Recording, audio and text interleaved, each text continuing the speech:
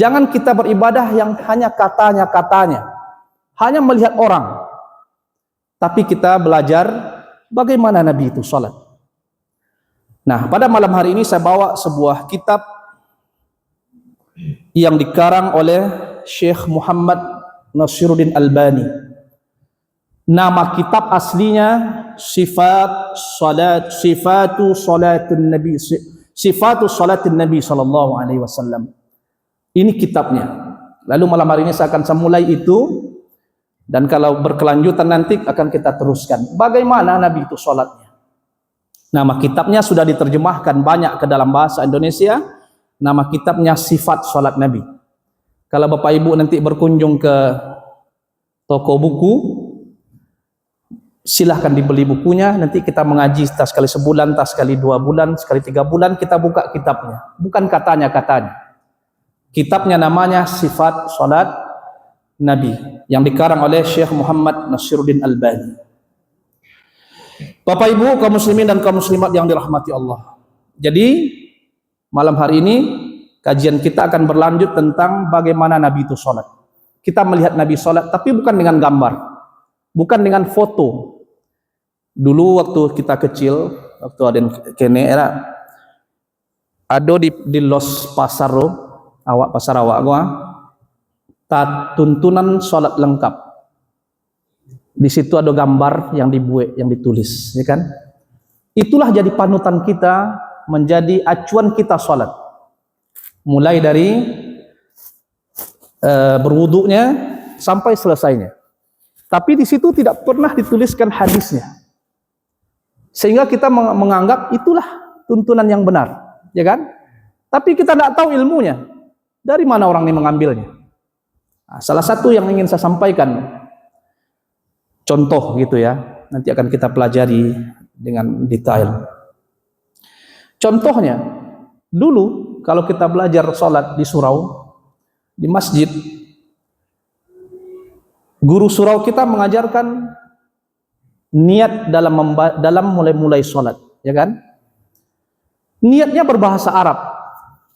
Sholat maghrib contohnya, usolli fardal maghribi salasa raka'atin ma'muman, kalau kita makmum. Kalau kita jadi imam, imaman lillahi ta'ala, ya kan? Malam ini saya sampaikan. Kalau ibu marah sama saya, marahlah, tapi saya hanya menyampaikan kebenaran. Ini bukan hadis.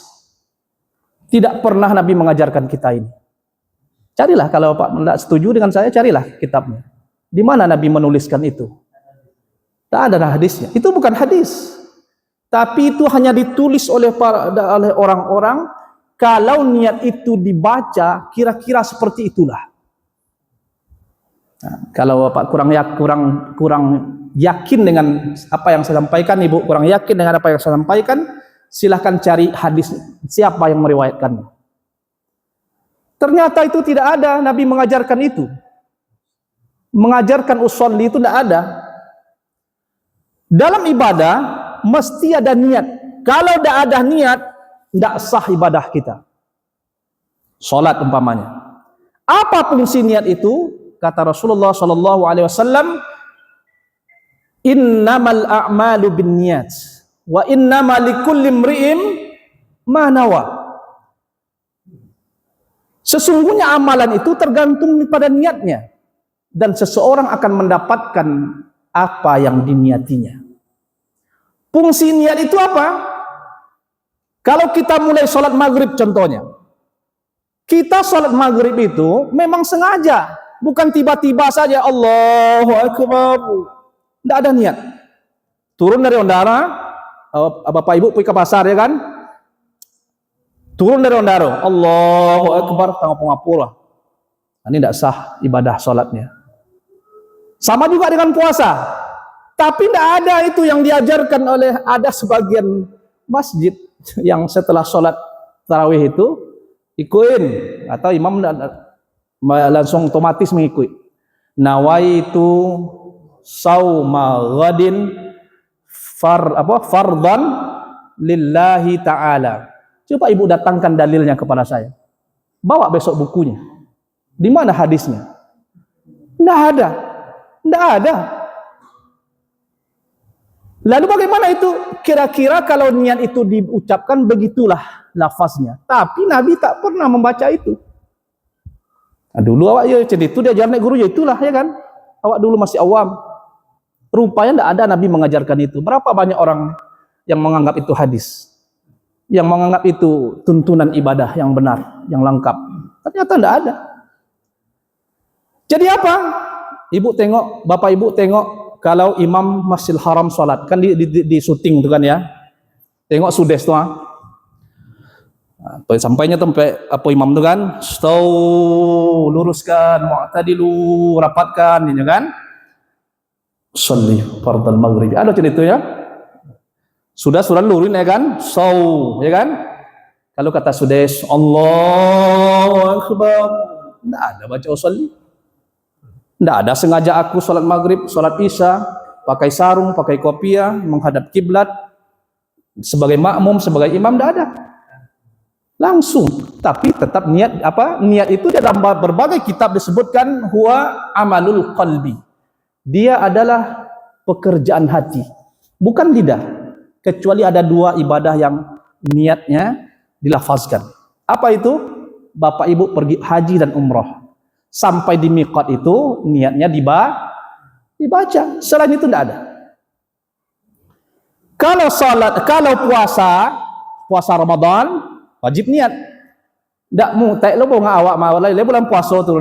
Ai ban niat engkau, tidak mungkin kan? Namanya sebuah bulan puasa. Pasti terniat.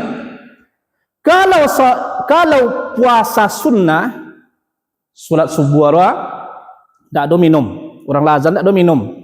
Sudah tu pagi pori ada lapar. Sampai luhur ndak ada minum makan sini orang. Boleh langsung puasa. Tapi puasanya puasa sunnah, bukan puasa wajib. Kalau puasa wajib ndak usah. Mesti ada niat. Tapi kalau puasa sunnah boleh tanpa adanya niat sebelum kita makan dan minum. Ayolah tanggung mah langsung puasa lah. Boleh. Kalau perempuan, kalau istri, lah jam sawa boleh, jam 2 boleh hari awak lu nado makan minum senoleh ya tak? Awak ndak halangan doh posisinya. Boleh ndak langsung puasa sunnah? Ndak boleh. Tanya dulu suamimu.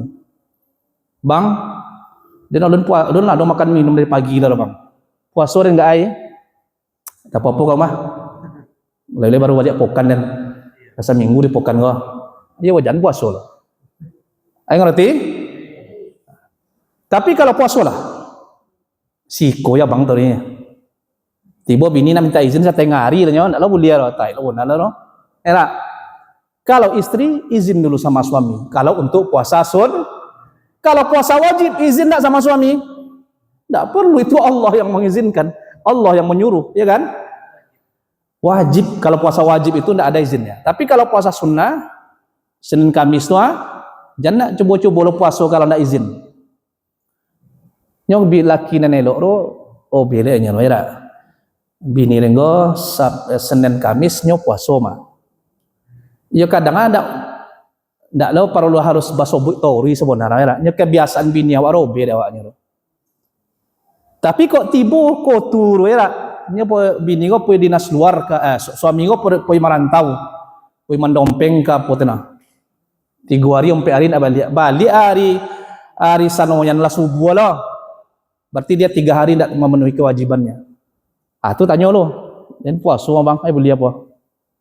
Kalau jangan, kau ada beras dan ngoleranya, ya jangan puasa. Paham? Cabul Ustaz, mana tidak cabul, itu menerangkan ya. Baik, kita lanjut dengan masih ada waktu kan? Kita mulai dengan salat menghadap kepada sutroh. Sutroh itu pembatas. Batas, ada pembatas. Dalam bahasa fikihnya, bahasa Arabnya disebut dengan sutrotun. Pembatas. Apa maksudnya? Pembatas itu awak dianjurkan disunnahkan solat itu ndak boleh di tonga-tonga mansoji rola tanpa ada pembatas. Because solat sunat di siko kan, aku orang ada nak lalu siko, itu ndak boleh. Sunnahnya ndak boleh. Nah, bagaimana? Apa yang dimaksud sutroh itu? Pembatas kita dengan orang yang lewat. Namanya sutroh atau bahasa awak pambate. Rasulullah Shallallahu Alaihi Wasallam kalau dia sholat, dia berdiri di dekat pembatas. Jarak antara beliau dengan pembatas itu disebutkan wa kana bainahu wa bainal jidar salasatu azra. Nah, dengan elok. So buku lah mau catat. Ini konen mengaji kok. Awak nak bola-bola loh. Mencari ilmu, ya kan? Yang kita pakai sehari-hari. Tidak cari tol lucu-lucu loh, tapi memberikan ilmu. Kata Rasulullah diriwayatkan dalam hadis ini mengatakan wa kana bainahu wa bainal jidar salasatu azra. Jarak antara Rasulullah Shallallahu Alaihi Wasallam itu berdiri salat itu, jaraknya dengan pembatas itu salasatu azra, 3 hasta, lebih kurang. Berarti kalau itu dinding, ya kan? Dokeen awak ke dinding lu jarak lebih kurang 3 eto, 3 hasta. Itu jarak. Anyo awak gua dulu kebiasaan awak di masjid nampak dia mau di kampung gua. Salat sunat aja nak omong di sab pertama loh. Nak di sab kedua, nak di sab ketiga je. Orang nak lalu di depan. Apa dak salat situ? Ndak lobe alasan el. Kodok dan tanya ke orang, apa tak depan solat pak? Itu tompek solat wajib ikut. Ya. Jadi beri pembatas. Nah, bagaimana batas pembatasnya itu nanti kita pelajari. Jadi 3 hasta. Nah, kok dinding atau tiang, ya. Jarak awak togak dengan dari dinding gua 3 itu. Cie, 2, 3. Sikol awak solat. Lebih kurang 3 itu, lebih kurang. Tak luar asal nak solat ukur tak luar. Lebih kurang seperti itu. Salah satu azra, 3 hasta. Kemudian kana baina musalla Rasulullah Sallallahu Alaihi Wasallam wa bainal jidar ma marru syat. Nah, dengarkan hadisnya ini. Hadis ini diriwayatkan oleh Imam Al-Bukhari di dalam kitab jilid 2 halamannya 455. Dalam Sahih Muslim nomor hadisnya jilid kedua halamannya 59. Nah, kok jole ya, ndak katanya kono. Jenyo orang ru, ndak loh. Jelas hadisnya, ya kan? Adalah Nabi. Jarak antara tempat sholat Rasulullah dengan dinding itu cukup untuk dilalui oleh seekor kambing. Tidak lo tapan tak tompek sujud awak gua dengan dinding dulu. Tetapi apa? Cukup untuk dilewati oleh seekor. Kalau nak lalu kambing situ bisa lalu. Itu kira-kira jarak arwah. Nyabe itu benar. Nyabe kok alasannya ada di belakang mah. Tapi dan sobuin lagi nih. Kata Rasulullah, salat seseorang itu akan terputus apabila dilintasi oleh 3 jenis. Nanti kita baca hadisnya. Apa itu? Apabila dilintasi oleh seorang wanita yang sedang haid. Bapak salat di rumah era di doke ruangan tamu. Ke ruangan tamu centora, salat situ. Bini sedang haidnya punya pusiko. Maka dia terputus. Batal sholatnya. Yang kedua, sholat seseorang itu akan terputus apabila dilintasi oleh anjing hitam. Duonya, orang haid seorang, kemudian yang kedua anjing hitam. Lalu sahabat nanya, apa lo beda anjing hitam dengan yang merah ya Rasulullah?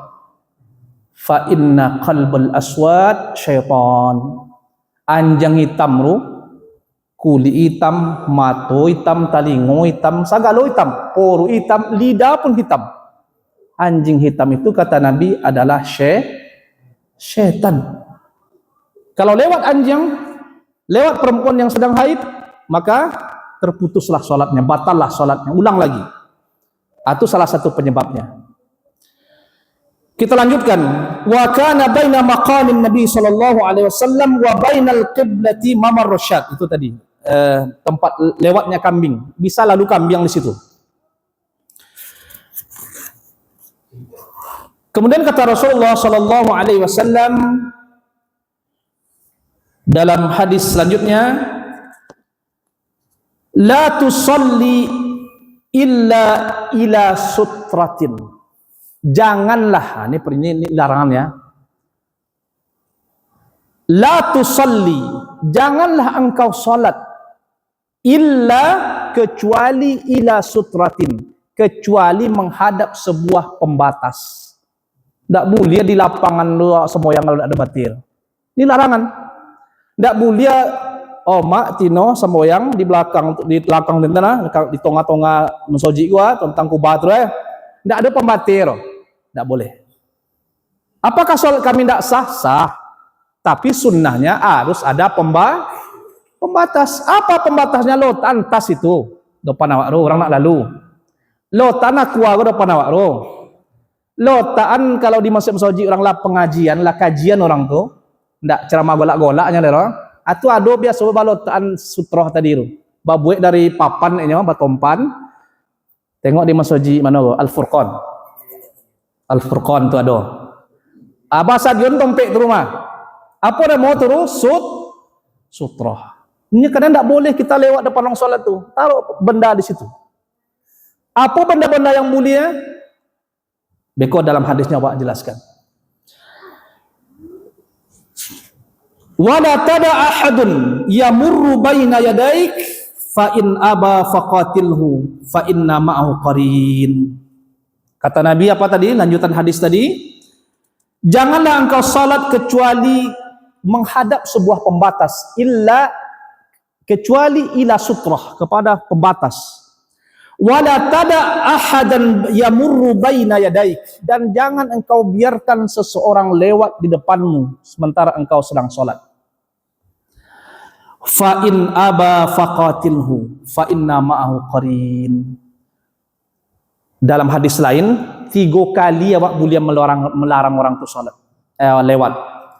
Awak salat boleh korang. Lalu bagaimana caranya? Tahan dia. Bagaimana cara nahannya? Kata Nabi, bentangkan tangan kanan dan sedang sholat. Itu maksudnya. Ke sholat tak? Hati boyo toto nak mambiak. Tak pulang ambiak dia sholat sikora. Bagaimana caranya? Ngeroti lah to.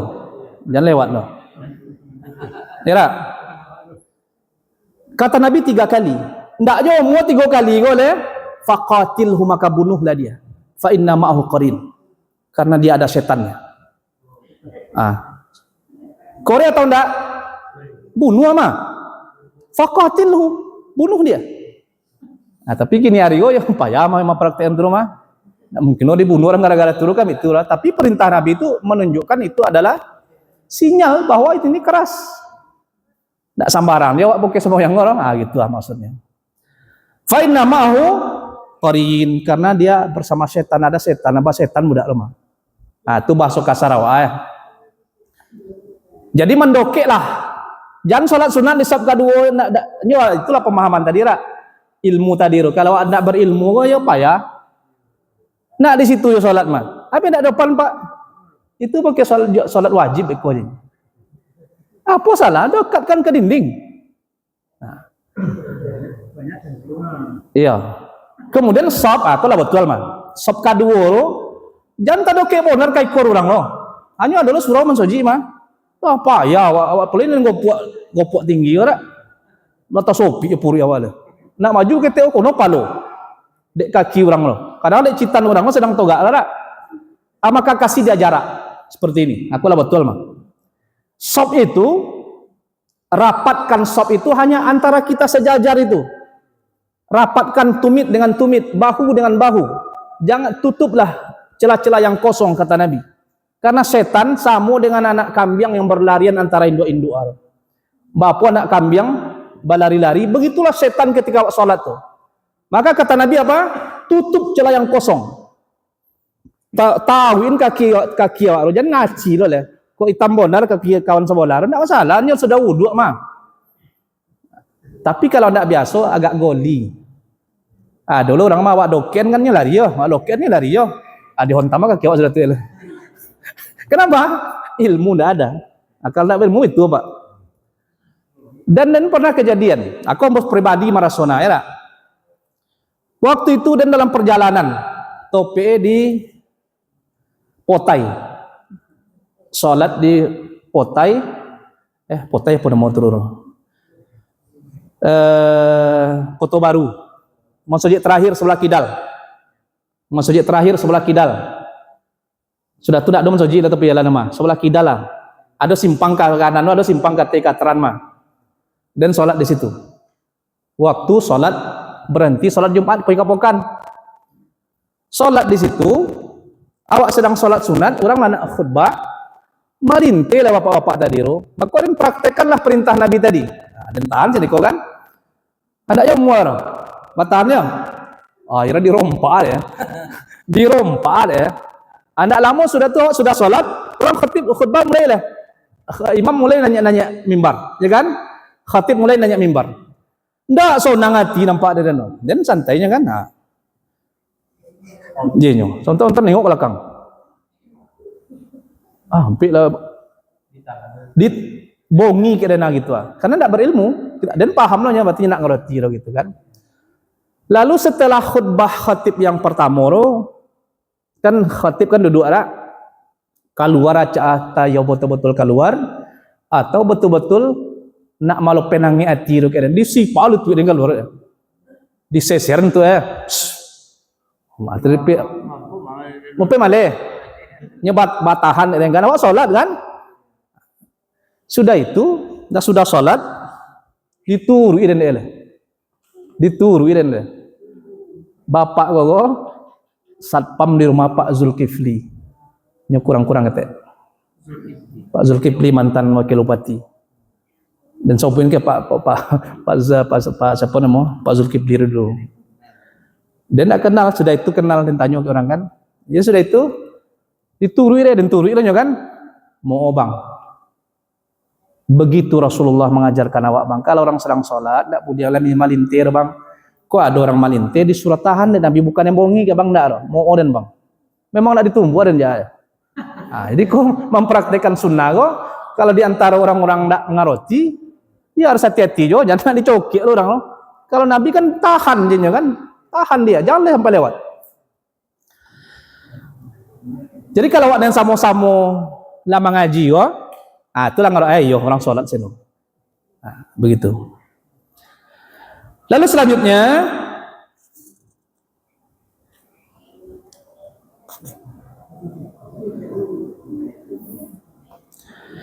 kana ahyanan yataharra salata indal ustuwanihi allati fi masjidihi. Selanjutnya, kadangkala Rasulullah Shallallahu Alaihi Wasallam menunaikan salat dengan berusaha menghadap ke tiang yang ada di masjidnya. Maka kalau orang lapang ngajian nak tengoklah di masjid sunnah tu. Banyak orang sudah salat wajib tadi hanya pergi ke belakang tiang atau tepi dinding.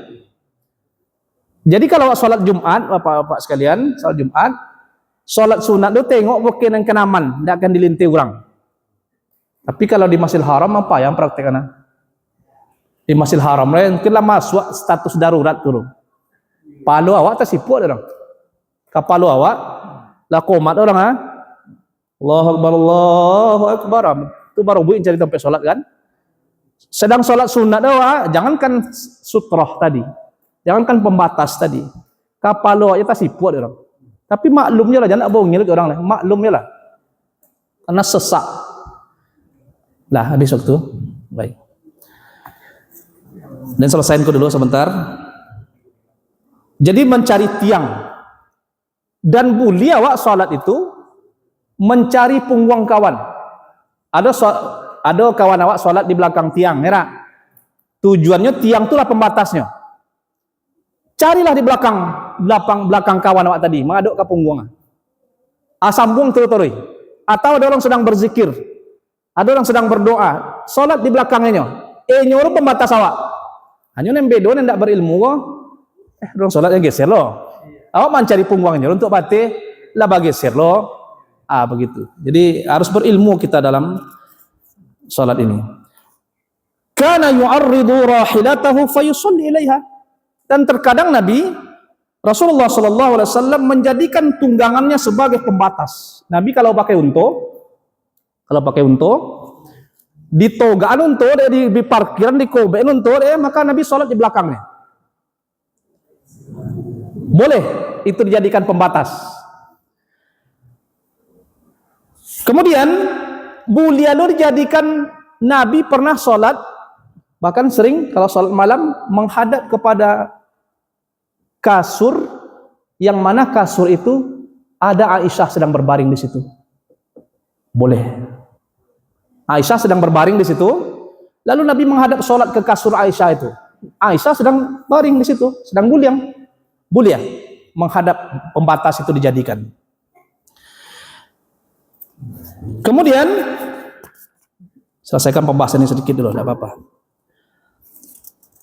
Karena Rasulullah sallallahu alaihi wasallam idza kharaja yaumul id amara bil harbati fatud'u baina yadayhi fayusalli ilaiha. Rasulullah kalau dalam salat id, salat hari raya, sunnahnya kan bukan di masjid, di lapangan. Sunnah salat hari raya itu di lapangan. Maka Nabi memerintahkan untuk mengambil tombak. Kalau tidak ada tombak awak, tungkek, kayu, kursi. Memerintahkan untuk menancapkan di hadapannya. Kok Nabi sholat, ya kan? Nabi memerintahkan bacuin tombak tadi. Begitu juga kita kalau sholat id di lapangan bola, di lapangan terbuka. Jangan sampai kosong depannya. Kalau panitianya tidak ada ilmu, dia tidak ikut gajian, sampaikan. Kita yang ada ilmu, bori kursi situ. Bori tobang tutua batang lambau cek tancapkan situ. Salatlah di belakang itu. Beko ada orang mana tahu ada anjing yang lewat, ada apa yang lewat. Beri pembatas. Jadi kalau kita salat di lapangan, maka tancapkanlah sesuatu, letakkanlah sesuatu di depannya itu. Kemudian kana ya'khudhur rahla fayu'addiluhu fayusalli ila akhiratihi. Rasulullah menjadikan unta yang ada muatannya. Kadang unta yang sedang bermuatan itu lagi pergi berdagang. Kemudian Rasulullah membenarkan posisinya. Kiblat mau senen ya, unta situ atau belakangnya di botulan Nabi posisi unta tadi di lintangan maka Nabi salat menghadap itu. Itu boleh juga. Dan Nabi pernah juga mengambil pelano yang ada di atas unta tadi, bokedo duaro, diambil ada Nabi diletakkan di depan ada. Salatlah di situ. Jadi awak botol aqua saja, aqua galeo saja letak depan awak. Atau kursi atau sejenisnya yang bisa menghalangi awak dengan orang yang lewat. Jadi kalau mulai beko atau biswa subuh salat sunat tu jangan dicari lo saf kedua. Doken ka dinding. Boleh saf kedua tapi kasih pembatas. Apakah sah kita tidak pakai itu? Sah. Tetapi sunnahnya seperti itu. Demikian, tidak ada waktu untuk bertanya jawab lagi. Insyaallah kita lanjutkan pada waktu dan kesempatan yang lain. Wabillahi taufiq wal hidayah. Assalamualaikum warahmatullahi wabarakatuh.